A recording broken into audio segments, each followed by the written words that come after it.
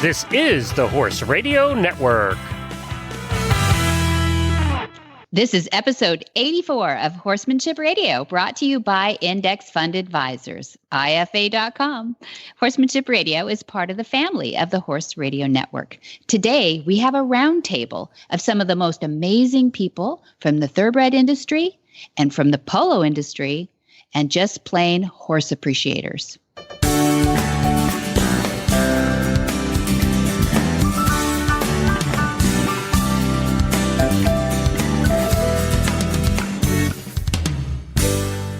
This is Debbie Laux, and you're listening to the Horsemanship Radio. Thank you for joining us. Horsemanship Radio airs on the 1st and the 15th of the month. And I have my producer, Coach Jen, with me today. Jen? Greetings. Hi. How you doing?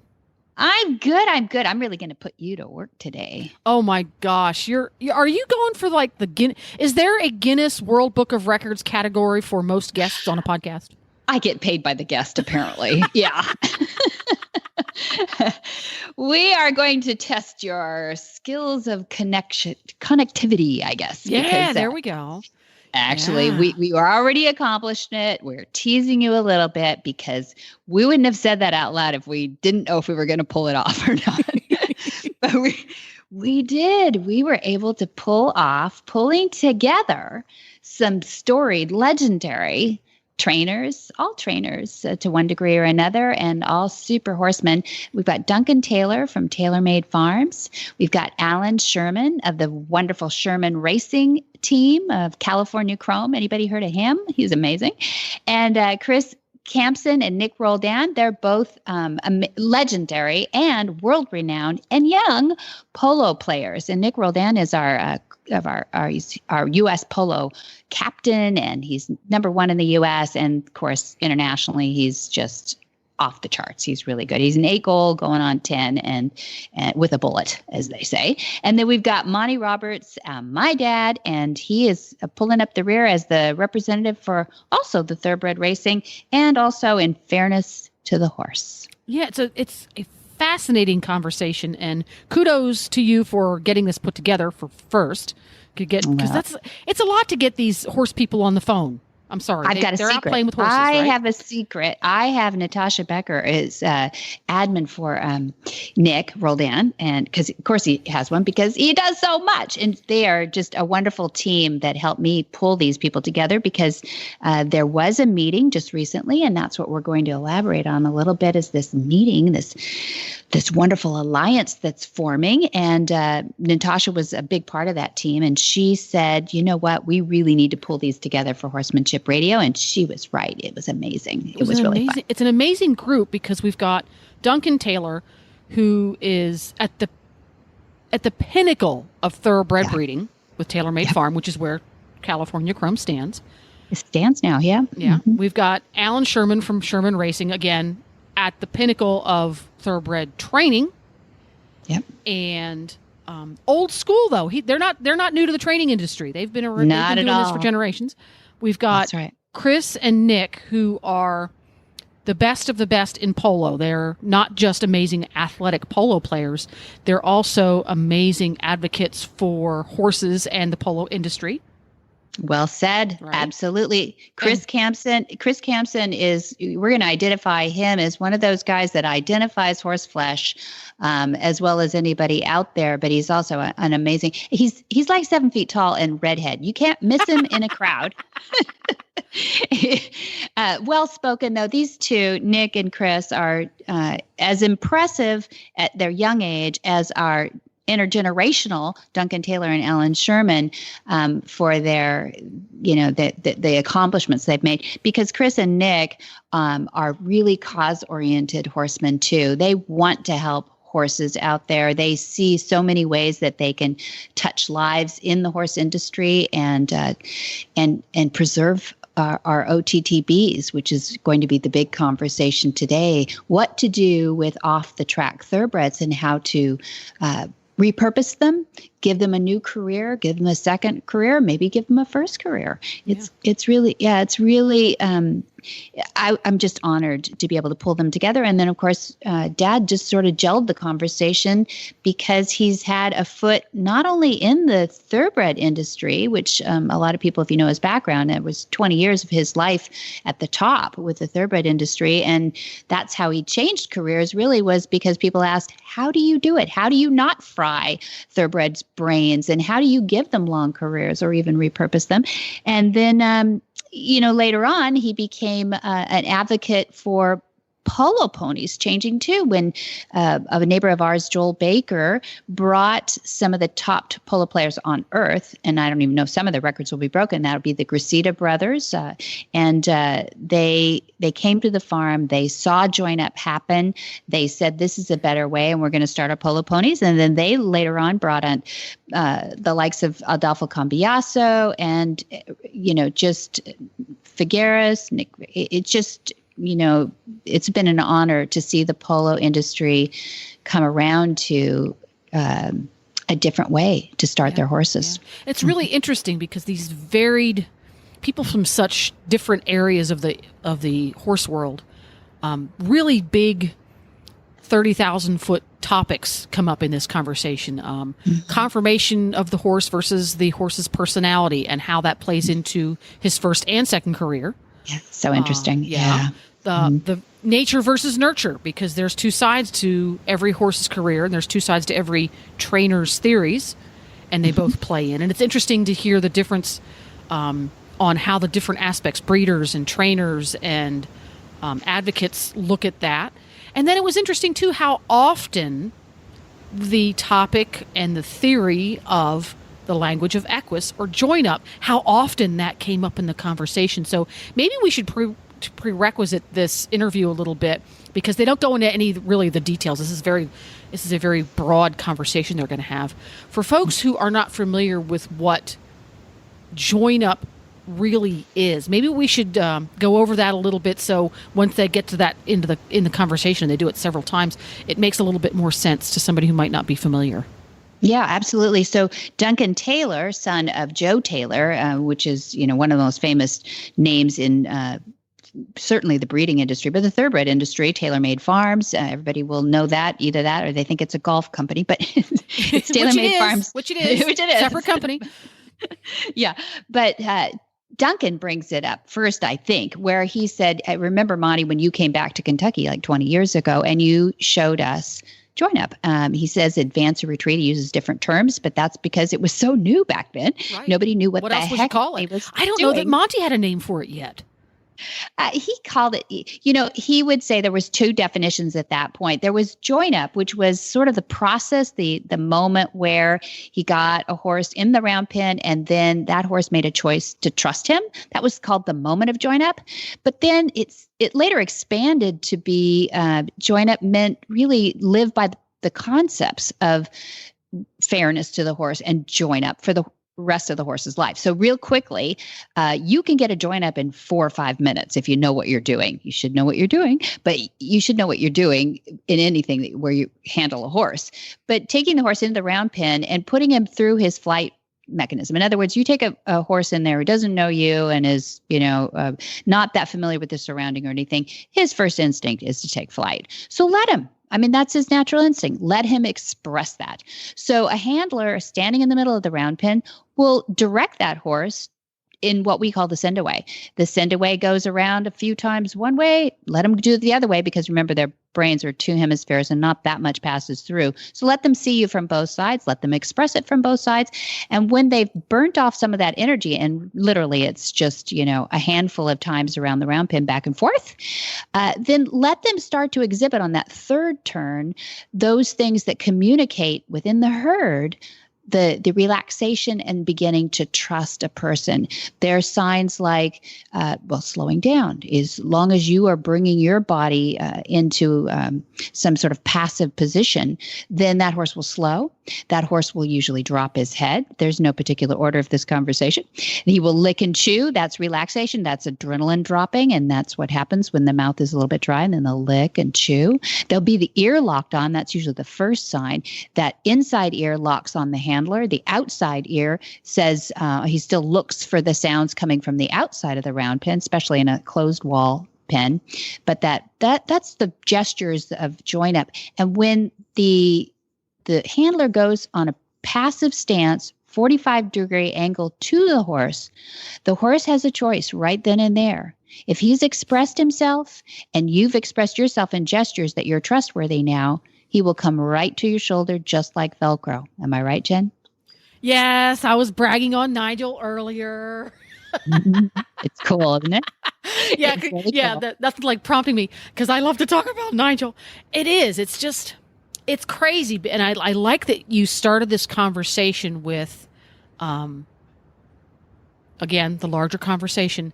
This is living your horsey life, not just doing something in a round pen. Mm-hmm. Yes, it's doing something in a round pen, and it's key, but it's so much more. This is not the join up, and the language of Equus isn't all about taking a horse into a round pen, causing them to join up, leaving the round pen, and putting the chain back over his nose. Right. It's not what it's about. It's about taking those concepts, applying them in the round pen, learning join up, but applying it to your entire relationship with the horse world and people too. And that's interesting because this conversation we're about to have with all of these amazing horsemen takes that same tone. It's about changing the entire relationship and improving that entire relationship. And it's very obvious that everyone in the room understands that the language of Equus and join up are very much at the root of that for both thoroughbreds in their first careers as racehorses and as their second or even third careers after the fact. Well said. There we go. So let's hear from IFA.com, our wonderful sponsor, and then we'll get right to it.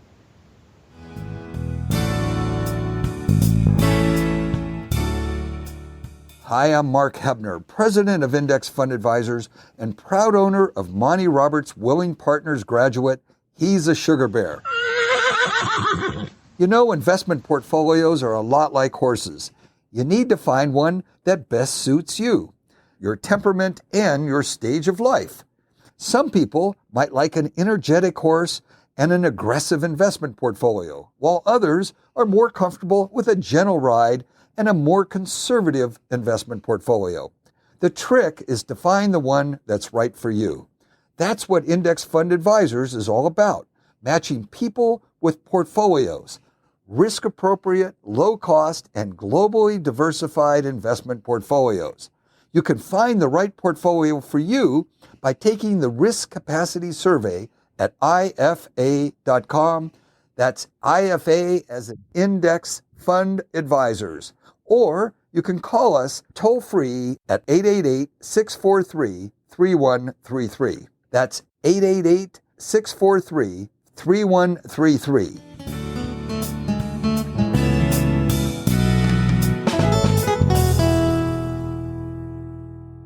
Well, welcome. I have a huge stable of men on the line today. I've got Duncan Taylor from TaylorMade Farms. I've got Alan Sherman from Sherman Racing. I've got Chris Campson from Chris Camp's got a great Facebook page. You should go there. He's a polo player extraordinaire, and Nick Roldan, best in the U.S. And we've got Monty Roberts, who is representing thoroughbred racing today too. So welcome, everybody. Let's hear from each one of you first. Is Nick there? Yeah, I'm here. Yep. Hi, guys. How's everyone doing? Very good. Very good, Nick. And Alan, you're there? Yes, I'm here. Alan, good to hear from you. Duncan Taylor? Yeah, I'm here. Thank you. There's our Duncan TaylorMade Farms. And we've got Monty Roberts. Hello, I'm here. Thank you. And Chris Campson, we got you? Yes, I'm here. Thanks so much for having me. Hi, Chris. Well, Nick and Chris got to meet California Chrome the week of the Pegasus World Cup recently. And so thanks to the help with some of Nick Roldan's horse handlers, Terry Galatelli first, and TaylorMade Farm and Sherman Racing, and even the Stronach Group, together with the Thoroughbred Aftercare Alliance, they are interested in talking about the topic of polo, and thoroughbreds specifically in polo. I'd like to start with you, Nick. Why did you bring us all together? You're the leading polo player in the U.S. You're 8-goal handicap, which is just amazing, and the youngest polo player in the world to win the U.S. Polo Cup at age 15. And you're currently the captain of the U.S. polo team. So what brings you into the world of thoroughbred racing and going to see California Chrome? It's funny you say, I've been playing a lot thoroughbreds, close to, pretty much my whole life. We do have a lot of Argentine bred horses in the polo world as well, but thoroughbreds are becoming more and more common. And, I was lucky enough to play one of the main games about a month ago, and one of my horses won Best Playing Pony. A Best Playing Pony award, and she happened to be a thoroughbred, and I think that that caught the attention of OTTB and the thoroughbred aftercare, and thanks to Terry Galatelli, who's a wonderful woman who works with me. Her and her husband are our horse, or her husband's a horse trainer, and she works in the horse racing industry, and now works in polo, and she had some connections in the racing world. I think with Alan, and Duncan, correct? And anyways, long story short, I think it created some activity, created some interest, and one thing led to another, and we were Chris and I found ourselves, a week before the Pegasus, the World Cup race, meeting California Chrome, which was an unbelievable experience, and we got to speak to Duncan, and we got to meet Alan, and it was just, one of those experiences you probably, once in a lifetime. And I can speak for Chris. I think that was really exciting for us and for our passion. And Chris has a huge passion for horses, especially thoroughbreds. And, I think Chris will go on and tell you a little bit more about what he does, but he has a great eye for good thoroughbreds and has a great hand to produce them. And I've been very lucky to happen to be able to buy some off of him that have done really well. So that's a little short, story of how we got involved. But right, polo. So polo is a sport. Yeah.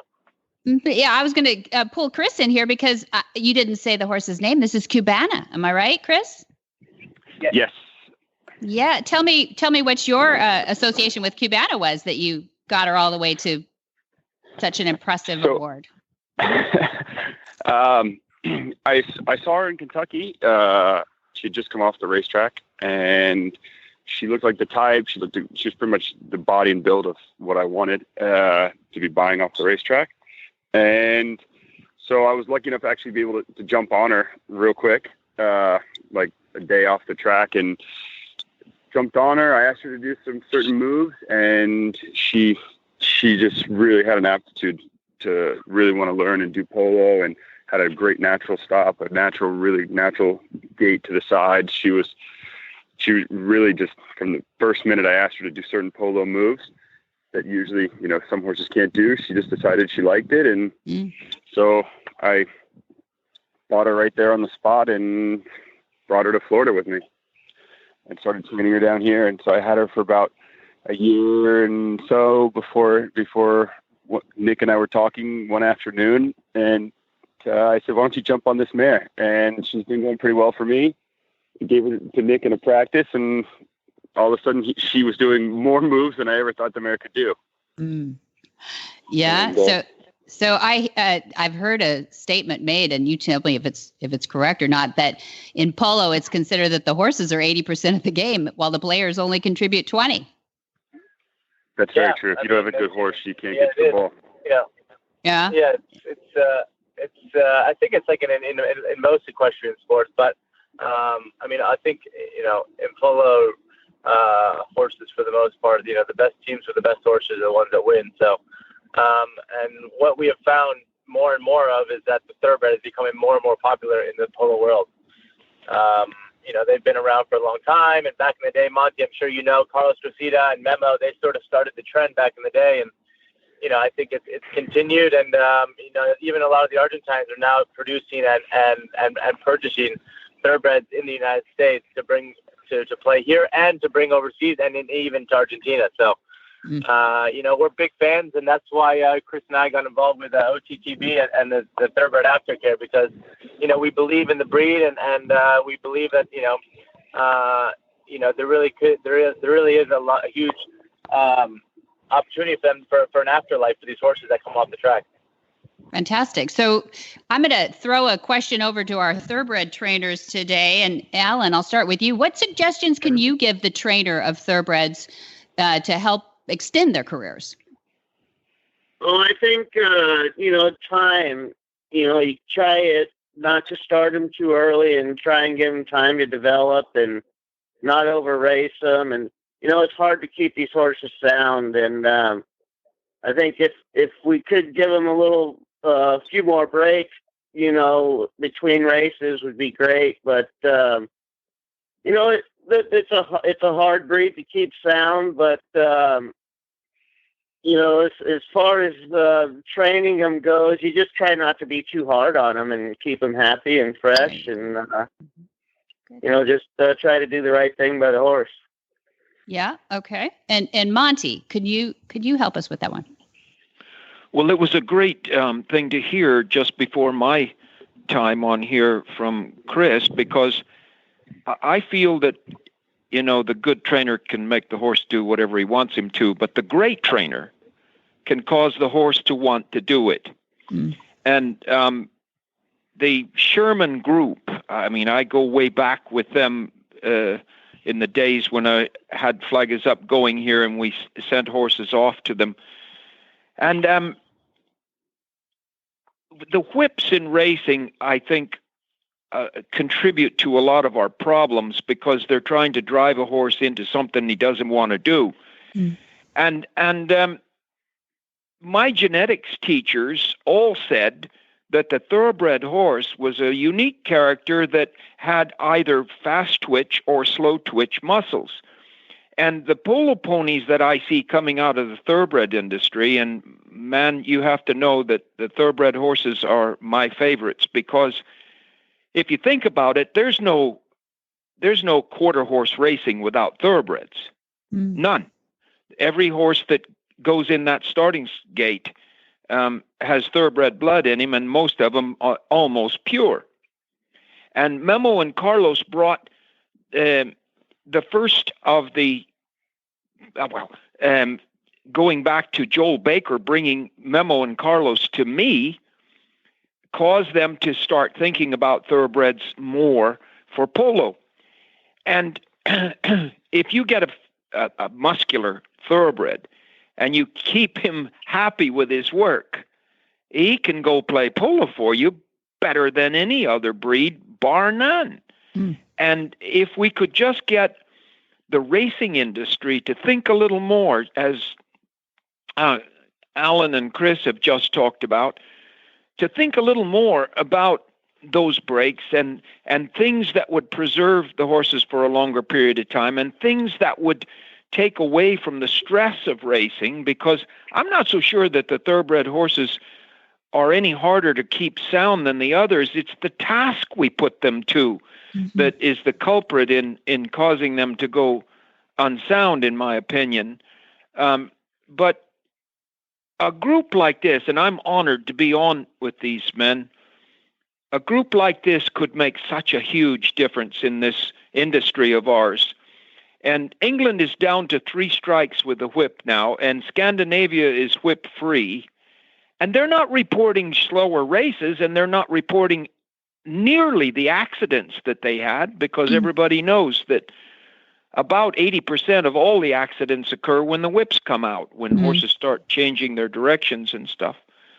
So I won't talk on about this a whole lot longer, but I'm for reducing the violence in our industry, and violence is to me causing a horse pain with any whip. And this business of saying, oh, I need my whip for safety, come on. The whips are causing the accidents. There's no whip that has averted an accident, in my opinion. Okay. But it's a group of people that are on this phone that could really make a change in this world. Even Australia's talking about it now. The U.S. is the last one to really take into consideration a movement to cause the horses to like their work, such as they've done in Scandinavia. Okay. Well, thank you. And also, in the United States, and now for polo, we never used to have any rules or regulations in terms of how many times you could whip, and now you cannot whip a horse while you're standing still. You can only whip it when you're in a play, and you can only whip it once. So they're working as well they're trying to make those rules a little bit tighter and limit a lot of that as well. So that's great to hear. That's good, yeah. When my first book came out, the videos will show you that the whip was used about 60%. It's reduced by 40% since my first book came out, and falling rapidly. So, if I can be an influence to cause the horses to like their work, I want to do that. It'll help. Yeah, and I was going to speak to Duncan about that, about liking your work. Duncan, to you, Chrome has a great new career as a stallion, probably the best. And if he were a gelding, I'm going to just change it up a little bit. If he were a gelding, what would he like to do? You know him as well as anyone. He'd like to keep running. He'd like to keep running even I think that the thoroughbred with purses like the $12 million Pegasus and the $10 million Dubai World Cup, that will keep more horses in training longer than even if they aren't geldings, because California Chrome would have never had its performance in 2016. There's one person responsible for that, and that's Sheikh Mohammed, because he had the $10 million Dubai World Cup. That's the reason he stayed in training. The Pegasus wasn't even in existence then. So those kind of purses make people think twice, and it's a lot more fun racing the horse than it is watching him breed. Well, he's an amazing athlete. I mean, there's no question. I think everybody would agree that if he wanted to do something else, I think he could do it. But over to the polo players. So what does a polo player look for in OTTB? Chris? So I look for short cannon bones, short pasterns. Okay. 15-1 with I personally prefer a lower head carriage, but it doesn't. At the end of the day, it doesn't matter, because a lot of I find out as the more I'm like selling and buying horses, a lot of the amateur players and the lower goal players feel more confident with a horse that has a higher head carriage, because they feel like they're not going to fall over in front. So, head carriage isn't vital, but the other things are. I mean, shorter cannon bones seem to have less injuries, good bone structure. We want the quarter horse look of a thoroughbred in a thoroughbred. Right. Basically. Yeah, man. Yeah. This is Monty saying, "Yeah, man." Really good. Do you consider their career, their thoroughbred racing career, when you're looking at an OTTB? You know what's funny is that some people have told me, you don't ever want a horse that's raced more than 5 times to come to polo. Well, I ended up buying a couple mares, and then I got their papers when I looked up their tattoo, and I found out like one mare I had that was phenomenal. She ended up, I ended up losing her on a polo field, but she had raced like 27 times, and she became my 5th chucker mare. So I don't know. She must have had the head for it. Oh wow! Yeah, that's what I was going to ask you about next is temperament, because you did describe a conformation, and I'm sure that's important, but that could be on any horse, I suppose, too. But tell me about especially the OTTBs and their temperaments. I think it's actually pretty great, and it speaks volumes of the horses that they can actually go race, 20 times and then come off the track, give them a 2-3 month break, let them recover, and all of a sudden teach them a whole new thing that's completely contrary to what they've ever learned, which is stop, turn. It's asking them to do natural movements, but you're showing them what they can do naturally with you on their back instead of just get on and go.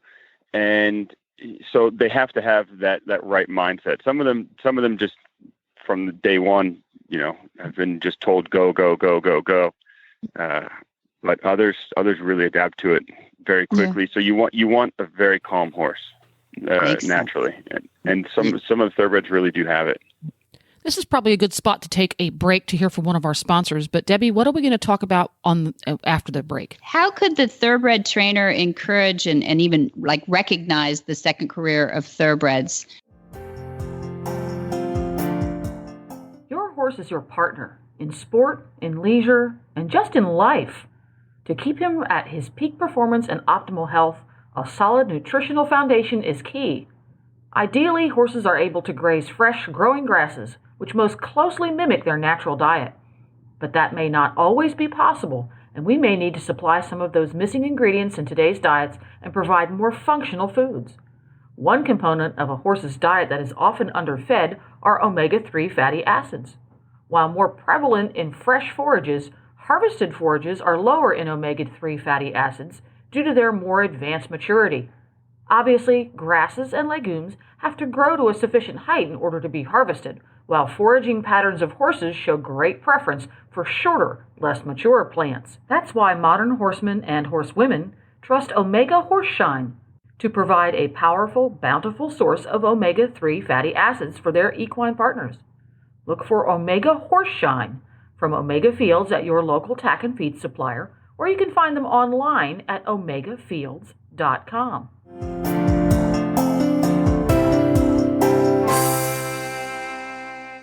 I'll go over to the thoroughbred trainers now, and I'll start with you, Duncan.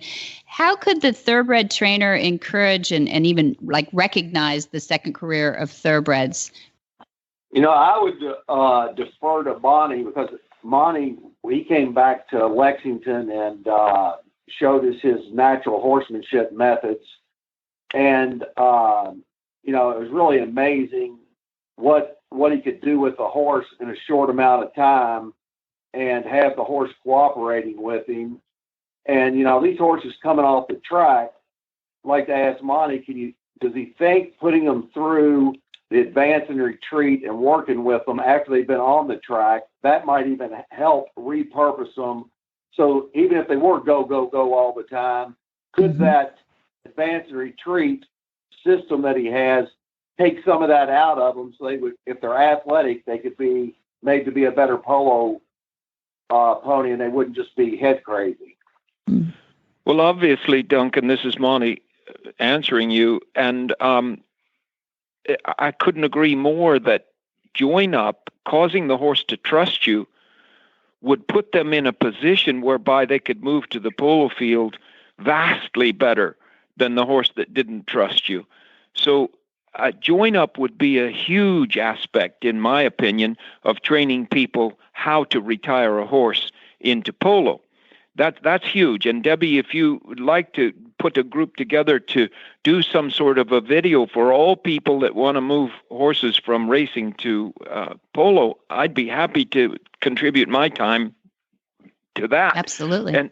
And I would add to that, Duncan, that I think in the future, and I think Chris and Nick would both agree with me, that we'll start finding that certain trainers are the one that you want a horse from, and certain trainers are not what you want a horse from, because it'll be that pressure that they put on them or fail to put on them that'll cause the horse to retire with a good brain and a confident attitude toward human beings. Yeah, I mean, I'll put in. I mean, I definitely agree with that, Monty. I think that goes hand in hand with with polo trainers and polo players. Turning racehorses into polo horses is tough, and it's time consuming, and it's you have to have a lot of patience, and like Chris was saying before, I don't know, it was Chris or it was Alan, or I don't know, but I think the key to producing horses that are going to last longer and that is giving them time, and what we've found with polo horses is, I mean, back in the day, we used to play horses at a top level at 4 years old, 5 years old, and 6 years old. And what we were finding is by the time they were 10 years old or 9, I mean, they were done. Mm-hmm. And, and if you can give them that extra year or two, with Chris and I mean, we don't push our horses now till late 6s or 7s. Cubana how old is Cubana, Chris? 7, 8? Yeah, I think she's 7, 8. Yeah, and I mean, she's now just getting, she's now just starting to get pushed. So, every trainer has a different hand, and Chris is very good at getting them going and putting cool heads in their mind and teaching them all the basics. And I think every trainer is different, but that's also very important. Yeah, this is Monty chiming in, but I what I was referring to was the Allen side of thing. That I think we're going to be looking to certain trainers that send horses to polo, which are cooperative and relaxed horses, as opposed to the fry brains that often come off the racetrack. I agree with Monty. I think a lot has to do with the first time that a human gets on their back and teaches them how to put a saddle and ride. I think a lot comes down to it. That the ones that get the proper training from day one of this is the brush, this is nice, this is, they end up having better brains later in life. Yeah, no question about it.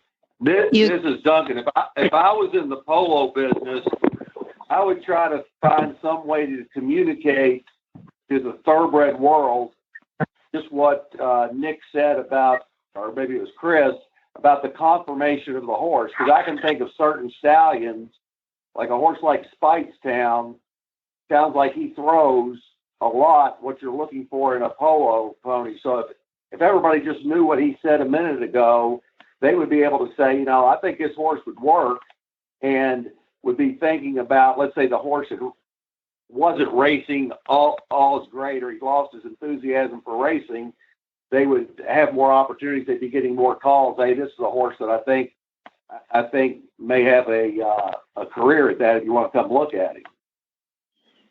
Yeah. I mean, I would love that. That's probably, yeah. Probably true with trying to repurpose horses for a lot of different aspects of in different fields of horsemanship. If we knew more about each other's field, we could probably repurpose more horses. Yeah, and I think that comes with all the equestrian disciplines sort of coming together under one roof, right? And and trying to support and help each other. And I think that's kind of our mission, what we'd love to do. Exactly. Yeah, this is Monty chiming in. I still would like to go back there and have a convention of the Farm Managers Association back there in Lexington, and show them this trained off pressure thing that can happen at 12 months and 14 months of age, where they learn to move off the leg, because our racehorses never learn to move off of anything. They have a rider on them with the leg right up at the top of their rib cage, and they don't learn to move off of anything. And the first thing that attacks them in the flank is the rail in the starting stall. And horses being into pressure, they'll lean on those rails. And I've developed, or the horses have taught me, how to do this at 12, 14 months of age before they go to a yearling sale. And I've been thinking about making a situation whereby they could be certified as horses that have been trained off pressure, so they know how to give to that. And then when the polo rider gets on, it's a natural that they're coming off of it. The dressage world has known this forever. And oftentimes they say they need to ride a horse 2 to 3 years before they do flying changes. Well, the reason they do is that they're teaching them to come off their leg. And through some horses that taught me, I've discovered that you can do this in a week to 10 days at 12 to 14 months of age, and they never worry about their flanks being attacked. So there's some things going on here that I'd be happy to help with at 82 years of age. Don't let me go away from here without giving you these things. They really make sense when you study the brain of the horse. Very good. Alan, you haven't weighed in yet. Did you want to weigh in on what can the thoroughbred trainer encourage and recognize in a horse for their second careers? Well, like they said, it sounds like polo ponies are, they have to do a lot of starting and stopping and turning. And so, like you said, short cannon bone and all that's obviously going to keep them easier on them, being built that way to be able to do that kind of stuff. It'd be great if every trainer can just go pick out what kind of horse he wants But in our business, it just doesn't happen. People send us horses, and we just have to deal with their conformation and either train around it or they train through it or give them time, whatever the case may be. The horses are all individuals, so you got to treat them as such. Very good. So it's a little bit different situation. I'm not picking out every one of my horses like the polo guys are, so it's a little bit harder. Yeah. But this is Monty. Just quickly again, that's cool. And Alan is dead right. He has to just deal with the horses that come to him. He doesn't get a chance to pick these conformations very often. But anyway, when these horses retire, what about those with the long cannon bones and 17 hands that can go jumping if they have a brain and can go in the hunter division or can be ridden by a child somewhere? There's a lot of ways for these horses to go that we all ought to help the Shermans of the world to understand that during the racing time, if they come out of that category with a good mind, then they can do a lot of different things, including jumping and hunting and pleasure riding and playing polo. Mm-hmm. What do you think, Chris? I mean, I agree. There's a lot of, I think there's something for every horse. Like I had a mare that I was trying to make into a polo pony. She decided, she didn't want to do it. I ended up selling her or giving her away to a friend of a friend in Lexington, and she now is a pistol competition horse at some rodeo event where they shoot off for her. And so the lady, the lady that I gave her to sent me a update, via Facebook and everything. Like, can you believe this is the same mare? And I couldn't believe it. She was scared of everything, and I couldn't get her over not being scared. And now they're shooting pistols off of her. That's great. Some kind of rodeo competition. Okay, so Duncan, I'll ask this of you too. So just to get all things aired out here too, if you were considering the breeding of one of these thoroughbreds, is there a stigma by some in the racing industry if a thoroughbred goes into polo in her career? I mean, you see black type and you're happy, but does it? Is there a stigma to seeing polo in her career? No, I don't think so. The only stigma would be if I had a mare and they bought the foal and took it straight to polo and never gave it a chance to run, then that hurts the value of my mare because it doesn't have a chance to do what makes the value go up for the people that I'm dealing with.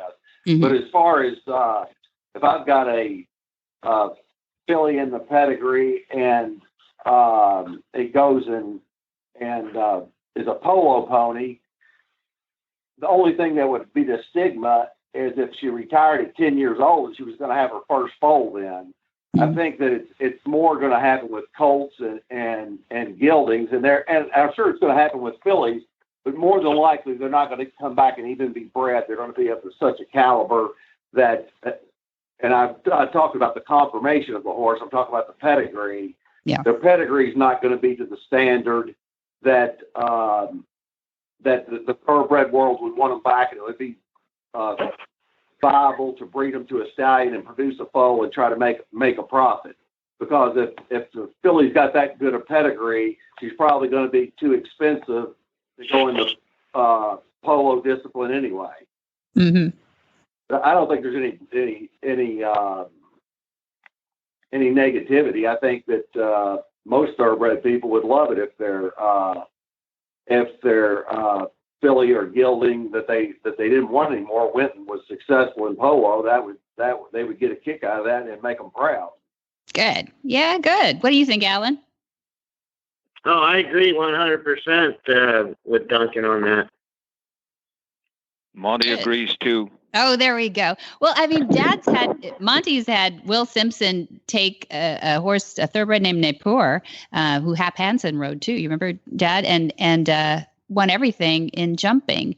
And you had Rough Frolic as a hunter. So I know you've had a lot of experience in repurposing. So it seems to me an owner would be happy that that a horse goes on and does something. Yeah, and Rough Frolic sold for $550,000 as a hunter. He was 7 times the leading hunter and a gelding. So I agree with Duncan completely that any thoroughbred breeder would be proud of that. Whether or not he owned the mare, if they can go on and have a life that once they're finished with racing, it would make any of us proud to be the breeder of it. Mm-hmm. Okay. Chris, I'll ask you for the polo side of it. Other disciplines are doing a good job, I think, identifying OTTBs. They're giving, we happen to know in our neighbor, Bunny Sexton, rode the Rolex on an OTB. She would say that was, let's see, she had a 16-year-old rise against, and they competed in their first 4-star and took 24th in Rolex. So she would say that she couldn't afford a really wonderful warm blood or something for her eventing. What is polo doing to identify OTTBs to say that they're being used in this country? We haven't done enough. It's just going to get off the ground, hopefully. If we, I hope we're trying to on it with the Thoroughbred Alliance, and we're trying to get this off the ground. In England, they make a very big deal about it, and I think it's phenomenal. And I would really like to see that same thing happen here in the States, because the amount of horses that are actually, I'm actually currently watching a U.S. Open or a CV Whitney game right now in the 26 school, and I don't know. I was looking at the last chukker, and I'd say there's 8 horses in the polo field. 5 of them were probably off the track thoroughbreds being played today, or 4. Wow. So, I mean, they're here in polo, and people need to know which ones are which. Right. The best playing pony award at the game, I would love to see one that's, not just the best playing pony for the game, but the best playing off the track thoroughbred for the game as well. Very good. Yeah. And Nick, what else? Tell us a little bit about the Thoroughbred Aftercare Alliance. Maybe that will help us. Yeah, that's how we sort of got involved, and that's what we're trying to do. Is we're trying to really promote and expose, all the American thoroughbreds playing in our sport. In England, they do that in all of the big finals. They'll put these stickers on the horses' butts, which show that the horse is an English thoroughbred. And we haven't quite done it here. And we're also trying to do, which, is obviously done hugely in the equestrian world and in the racehorse world and jumping or in the dressage is, in those sports, the horses are famous. Those are the famous athletes, those are the ones that are getting the limelight. And in polo, for the most part, because there are so many horses being used during each game, it's been tough. But I think the sport of polo is getting more and more popular and more professional. I think we're at a point where we need to promote it as much as possible, and we need to give them a chance and really expose them to the rest of the world and make them, as famous or more famous than the polo players. So, we're working on it. It's work in progress, but we're working on a few things to try to get some pony awards and for some of the big tournaments this winter here in Florida. So. We're trying. And sounds good. It'll kick on. So yeah. Yeah, and the Thoroughbred Aftercare Alliance, maybe it's morphing now, but what is their mission statement? The Thoroughbred. Say that again. Yeah, sorry. The TAA. Their mission is to just. It says Aftercare Alliance. Is that just to take care of thoroughbreds, or are they actually trying to? It's to repurpose them, I think. Yeah, give them a second career after racing. Perfect. So it's not just watching them drift into the sunset and hoping that they have a nice afterlife. Huh? Yeah, exactly. It's giving them a second career in any other sport, whether it's polo or barrel racing or whatever, or jumping or whatever sport that is. Yeah.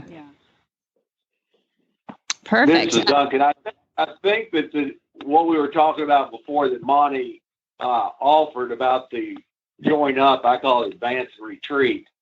That's such a it's the psychology of the horse and knowing how to speak to the horse in not a verbal language, but it's a movement language, and that can help so many horses off the track and every type of horse. If more horsemen knew this, because whether you're trying to gentle up a horse so more people could ride it and enjoy being with the horse, or whether you're repurposing it for a polo pony, or whether you're trying to get it so you can make a hunter or jumper out of it, it's just basically a language that is you learn how to speak the horse's language. And when you do that, the whole relationship changes. And it's really an amazing thing. If all of you probably everybody on the phone's witnessed it, but if you haven't, you definitely ought to take the time and let Monty do the video and try to work that into repurposing these horses, because everybody in Kentucky thinks they know everything. When Monty came back here, nobody wanted to really pay attention to him. And my dad said, well, come out here and let's do it at our farm. And when I saw it, when I was growing up as a kid, I used to have to go down to my granddad, and he'd have standardbreds, and he would never lead them. And they would be yearlings, and I'd have to get a halter on them and teach them to lead. When I saw Monty do what he could do with the horse, I felt like the biggest fool in the world for not already knowing how he did that, because it wasn't easy breaking those horses to lead when you're about a 90-pound kid trying to hold on to one when he was running down the road and you had a shank on him. So I'm really an advocate of what Monty taught us and helped us with. Well, Duncan, this is Monty, and I really appreciate what you said. And if you think back on it, it was Daddy Joe that sat up there on that round pen at some farm where they took me for some television thing, and he listened to every other farm manager around that pen say, well, yeah, but it's a kind of a boo-boo thing, and it doesn't really matter, and so forth and so on. And when they got to Daddy Joe Taylor, Duncan's dad and father of TaylorMade Farms, he said, look, boys, I'm really disappointed in you. We've just seen a better way. And you just dismissing this. Well, I haven't done a join up in Kentucky for 20 years. And the attitude has changed because more and more people have found, there's something to this. And if everybody could start doing this, polo would go ahead by miles because the horses would come to them with a better mind. But they're still breaking thoroughbreds, jumping on them in a stall and whipping them around the stall with a racing whip, and they're still doing some things that are just off the charts in terms of making trouble for themselves instead of causing cooperative horses. And I'm here to say I would go back there, and I would love to do this thing. And I believe the time is right now to really make a transformation in the way we deal with horses. That's wonderful. It's not an easy thing. What it takes a long time to do is get the person to the skill level that Monty and some other people that are in the natural horsemanship world are. It takes time to do that. But once they know the language of the horse, it doesn't take a long time for the horse to start cooperating. It's pretty amazing how the horse responds within, he can have a horse that is non-trusting, and the horse is trusting him in 30, 40 minutes and enjoying being with him instead of wanting to go away from him.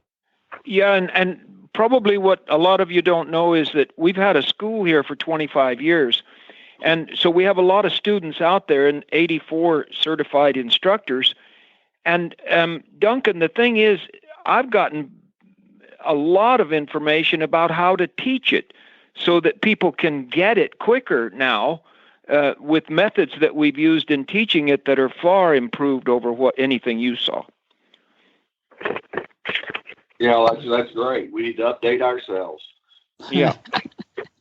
All right, party in Kentucky. I can hear it now. So it sounds like we need to do a roundup in Kentucky. But thank you all. I've kept you a long time, and I appreciate everything that you shared here today. I think I think you're all going to go out and try your hands at Join Up now if you're not already using it. And I think we've maybe repurposed a lot of OTTBs today and maybe into some other disciplines besides polo. But certainly polo is doing a good job right now of organizing themselves. And I appreciate you, Nick and Chris, for your accomplishments, certainly, but also pointing out that horses like you. Thank you very much. Yep. And it was a pleasure, guys. Yeah, and Duncan, I wanted to tell you that I heard an interview with Stuart Pittman and recently, and he said that his fantasy ride would be to take Chrome for a spin. So you two might want to get together. And he's doing a good job. Yeah. So thank you very much, all of you. Yeah, see, there you go. Okay, we got it on tape. So I'm honored to be on with you guys, and I'd love to come to Lexington and see you soon. Whisper the language of the herd. Listen, you don't have to say a word. It's time for Jamie Jennings to fetch an email from Monty Roberts' inbox and share a morsel of Monty's wisdom in a little segment we like to call Ask Monty. Leave this world a better place and learn the magic in the language of the herd. Dear Monty, what's the most important thing I should know about dealing with a 2-month-old foal? Monty's answer. The most important knowledge that I can impart to you is to be safe and work with your foal without violence or force. At 2 months of age, probably the most important work is leading the foal alongside his mother. I further suggest that it is important to groom and pick up the feet, encouraging your foal to stand and to be comfortable with you during these procedures. While foal imprinting is usually executed in the first hour of life, imprinting first impressions can be done right through their growing up years. I would suggest studying the section on foal imprinting in my textbook From My Hands to Yours, and also recommend books by Dr. Robert Miller regarding the care and training of foals. One of the pitfalls I would suggest you take great care to avoid is feeding from the hand. It is also extremely important to understand the principles behind allowing a horse to remain a horse. Many people are guilty of overhumanizing the young horse. For more of these insights into good horsemanship, go to www.montyroberts.com and click on the orange banner that says Get Free Horse Tips. Hi, I'm Monty Roberts, and I'm dedicated to training horses without pain. You can learn to do it too on my Equus Online University. Western, English, the beginner, or the advanced rider. It doesn't matter. You can connect with other students online too, on our forum, and there's a new lesson every week. It's a lifetime of learning for you on my Equus Online University at montyroberts.com. What in the wide, wide world of sports is going on here?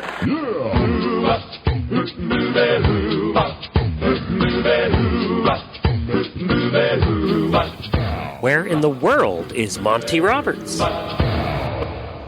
Monty is looking forward to meeting some new friends, 2-legged and 4-legged. And that'll be in March 11 and 12. He'll be in Brazil near Sao Paulo.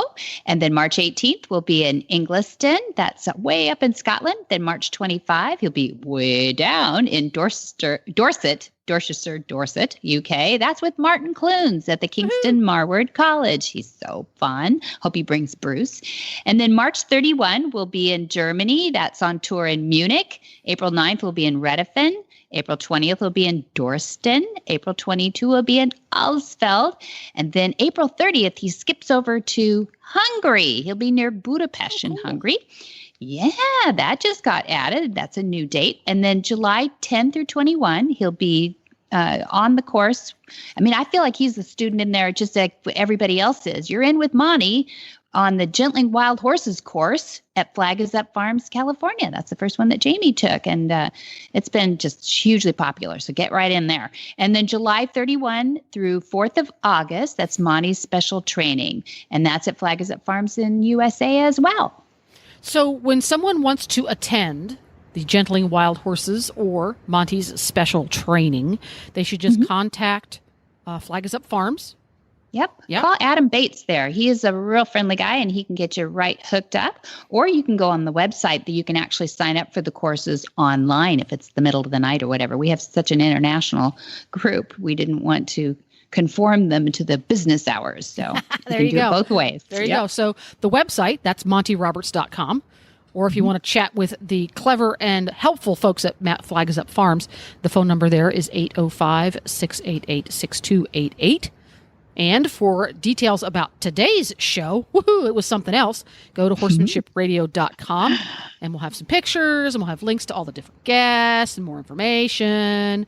And we love your feedback. Where can folks find us to give us feedback? What's the best place? Mm-hmm. Oh, well, you got to follow us on Facebook. You got to go to facebook.com/Monty Roberts. Or if you're a Twitter, as Jen says, if you do little bitty characters, what is it, 140 characters? Then go to twitter.com/Monty_Roberts. Here we go.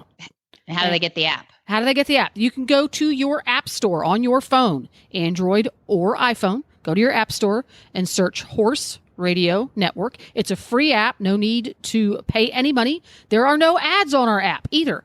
It's quick and it's free, and it works every time. Won't miss an episode. That's right. Works the trick. Many thanks to our sponsors, too. IFA.com, Omega Fields, and Monty's Equus Online University. Be sure to visit all the other great shows, too, on the Horse Radio Network at www.horseradionetwork.com. Until next time, have many happy horse hours.